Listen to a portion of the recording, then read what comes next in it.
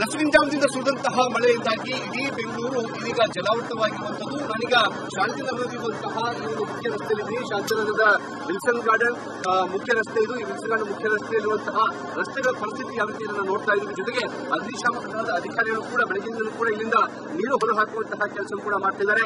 ಇದು Wilson garden ಮುಖ್ಯ ರಸ್ತೆ, ಈ ಒಂದು ಶಾಂತಿನಗರ ಬಸ್ ಸ್ಟಾಪ್ ಪಕ್ಕದಲ್ಲಿರುವಂತಹ ರಸ್ತೆ.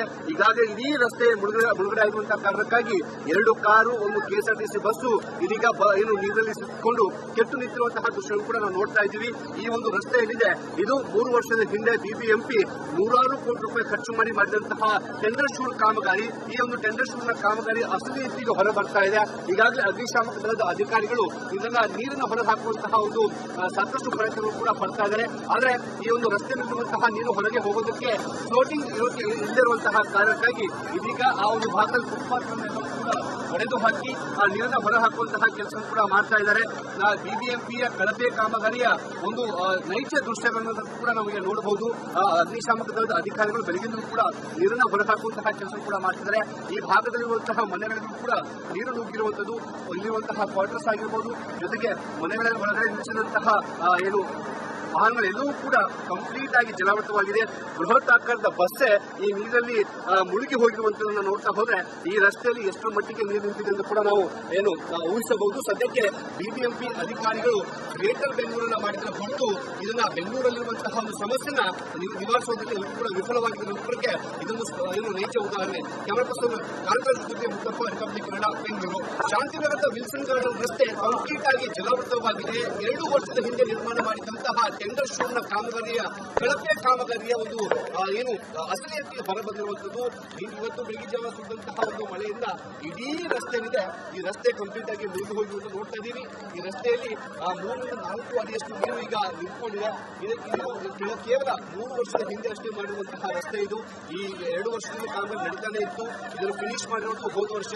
ಇದೀಗ ಅಗ್ನಿಶಾಮಕ ದಳದ ಅಧಿಕಾರಿಗಳು ಇಲ್ಲಿ ನೀರು ಹೊರ ಹೋಗೋದಕ್ಕೆ ದಾರಿಯನ್ನು ಕೂಡ ಮಾಡ್ತಾ ಇದ್ದಾರೆ. ಬೆಳಗಿಂದಲೂ ಕೂಡ ಇದರಿಂದ ನೀರು ಹೊರ ಹಾಕೋದಕ್ಕೆ ಬೇಕಾದಂತಹ ಕಾರ್ಯಗಳನ್ನು ಕೂಡ ಮಾಡ್ತಿರುವಂತದ್ದು.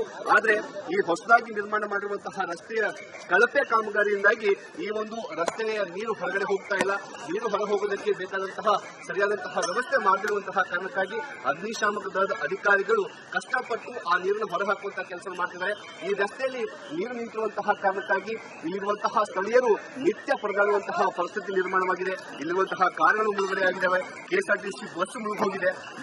ಮನೆಗಳಲ್ಲಿ ನೀರು ತುಂಬಿಕೊಂಡಿರುವಂತದ್ದು, ಬೈಕ್ಗಳು ಕಂಪ್ಲೀಟ್ ಆಗಿ ಜಲಾವೃತವಾಗಿದೆ. ಜೊತೆಗೆ ಇಲ್ಲಿ ಬಿಬಿಎಂಪಿ ಅಧಿಕಾರಿಗಳ ಕಾಮಗಾರಿ ಹೇಗಿದೆ ಅಂದ್ರೆ ಮಳೆ ನೀರು ಹೋಗೋದಕ್ಕೆ ಬೇಕಾದಂತಹ ವ್ಯವಸ್ಥೆನೂ ಕೂಡ ಮಾಡಿರುವಂತಹ ಒಂದು ಏನು ಕಳಪೆ ಕಾಮಗಾರಿ ಇದು. ಸದ್ಯಕ್ಕೆ ಅಗ್ನಿಶಾಮಕ ದಳದ ಅಧಿಕಾರಿಗಳು ಆ ಒಂದು ಏನು ಫುಟ್ಪಾತ್ ನಲ್ಲಿರುವಂತಹ ಬ್ಲಾಕ್ ಗಳನ್ನು ತೆಗೆದು ನೀರು ಹೋಗೋದಕ್ಕೆ ವ್ಯವಸ್ಥೆನೂ ಕೂಡ ಮಾಡ್ತಿದ್ದಾರೆ. ಅಗ್ನಿಶಾಮಕ ದಳದ ಅಧಿಕಾರಿಗಳು ನಮ್ಮ ಜೊತೆಗಿದ್ದಾರೆ. ಅದು ಗೊತ್ತಾಗ್ತಾ ಇದೆ ಆ ಫುಟ್ಪಾತ್ ನ ಮೇಲ್ಭಾಗದಲ್ಲಿ ಅಂದ್ರೆ ಮೋರಿ ಏನಿದೆ ಆ ಮೋರಿಗೆ ನೀರು ಹೋಗಬೇಕಾದಂತಹ ಜಾಗ ಅದು.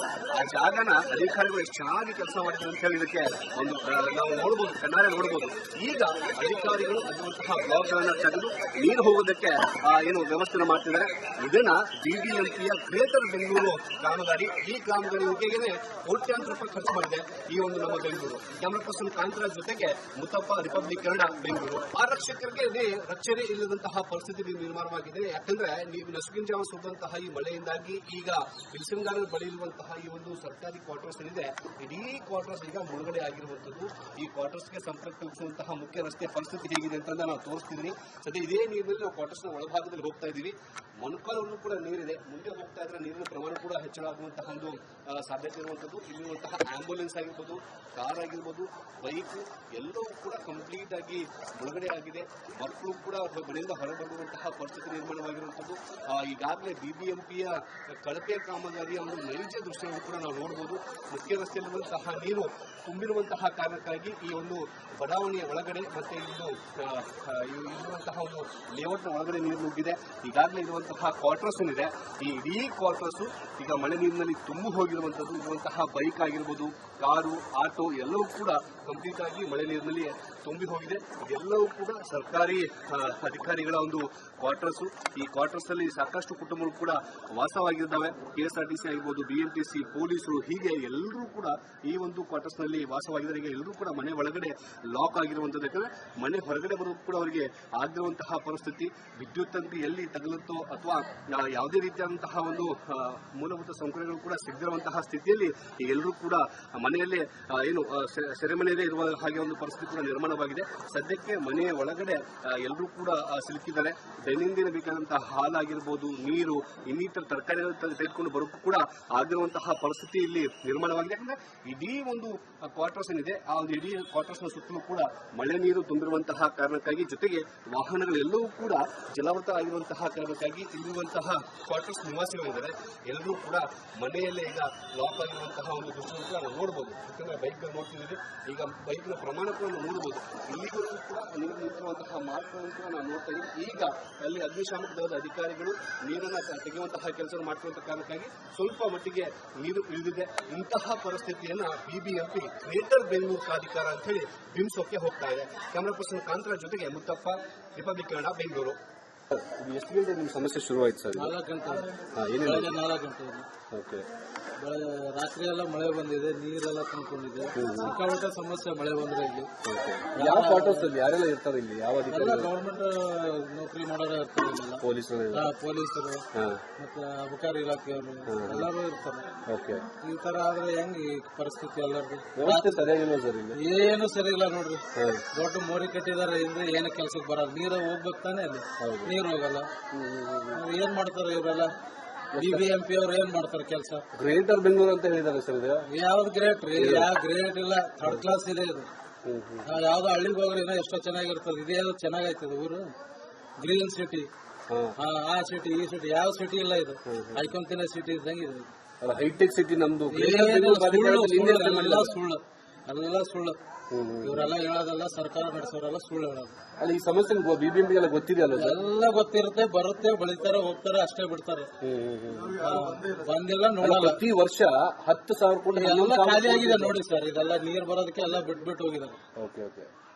ಬೆಂಗಳೂರು ಅಭಿವೃದ್ಧಿಗೆ 19,000 ಕೋಟಿ ಖರ್ಚು ಮಾಡಿದ್ದಾರೆ ಈ ವರ್ಷ. ಯಾರಿಗೆ ಕೊಟ್ಟಿದ್ದಾರೆ?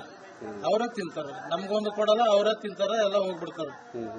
ಯಾರನ್ನು ಕೇಳ್ಬೇಕಿದ್ದಲ್ಲ, ಯಾರಾದ್ರೂ ಕೇಳಿದ್ರೆ ಅವನ್ನ ಒಳಗೆ ಹಾಕ್ತಾರೆ. ಅಷ್ಟೇ ಗೊತ್ತಿರೋ ಸರ್ಕಾರಕ್ಕೆ ತಲೆ ಇಲ್ಲ ಅವ್ರಿಗೆ. ಮಾತಾಡ್ತಾರೆ ದೊಡ್ಡ ದೊಡ್ಡ. ಚಂದ್ರು, ಈ ಸಮಸ್ಯೆ ತುಂಬಾ ದಿವಸದಿಂದ ಇದೆ ಸರ್. ಇವಾಗ ಬಂದ್ಬಿಟ್ಟು ಇದು ಜಾಸ್ತಿನೇ ಆಯ್ತು ಇವಾಗ. ಅದರಿಂದ ಜನರಿಗೆ ರಾತ್ರಿಯಿಂದ ಮಳೆ ಬರ್ತಾ ಇದೆ. ಒಂದು ನಿಮಿಷ ಮುಳುಗ್ಬಿಡ್ಬೋದು, ಅಷ್ಟು ನೀರಿತ್ತು ಇಲ್ಲಿ. ರಾತ್ರಿ ಬಂದ್ಬಿಟ್ಟು ಈ ಕಾರ್ ಅವ್ರು ಸಿಕ್ಕಾಕೋಗ್ಬಿಟ್ಟು 4 ಜನ ಪ್ಯಾಸೆಂಜರ್ ಇದ್ರು, ಲೇಡೀಸು. ಅವ್ರ ಕೈಲಿ ಇದು ಆಗೋದು, ನಾವೇ ಕಾಪಾಡಿದ್ವಿ ಅವ್ರಿಗೆ. ರಾತ್ರಿ ಕಾರ್ ಮೆದ್ಲಿತಾ ಇತ್ತು, ಹಂಗೆ ತೇಲ್ತಾ ಇತ್ತು. ಈ ಕಾರ್ ಅಲ್ಲ, ಅಷ್ಟು ಇದಾಗಿದೆ. ಇದು ಹಳೆ ರೋಡ್, ಈಗ ಹೊಸದಾಗಿ ಆಗಿರುವಂತ ರೋಡ್. ಇದು ಹಳೆ ರೋಡ್ ಆದ್ರೆ ಇಲ್ಲಿ ವ್ಯವಸ್ಥೆ ಇಲ್ಲ ನೀರು ಹೋಗಕ್ಕೆ. ಆ ಕಡೆ ಮೋರಿ ಬೇರೆ ಬಂದ್ ಮಾಡಿದ್ದಾರೆ. ಆ ಮೋರಿ ಬಂದ್ ಮಾಡೋದ್ರಿಂದ ಈ ತರ ಪರಿಸ್ಥಿತಿ. ನೀರು ಹೋಗೋದ ಜಾಗನೇ ಇಲ್ಲ. ಇದರಲ್ಲಿ ಕರೆಂಟ್ ಶಾಕ್ ಏನಾರ ಹೊಡೆದಿದ್ರೆ ನಮ್ಮ ಗತಿ ಅಷ್ಟೇ. ಇವಾಗ ಇದರಿಂದ ನಮ್ ಗೋಡನ್ ಹಾಳಾಗಿ 1 ಲಕ್ಷ 1.5 ಲಕ್ಷ ಲಾಸ್ ಆಗಿದೆ.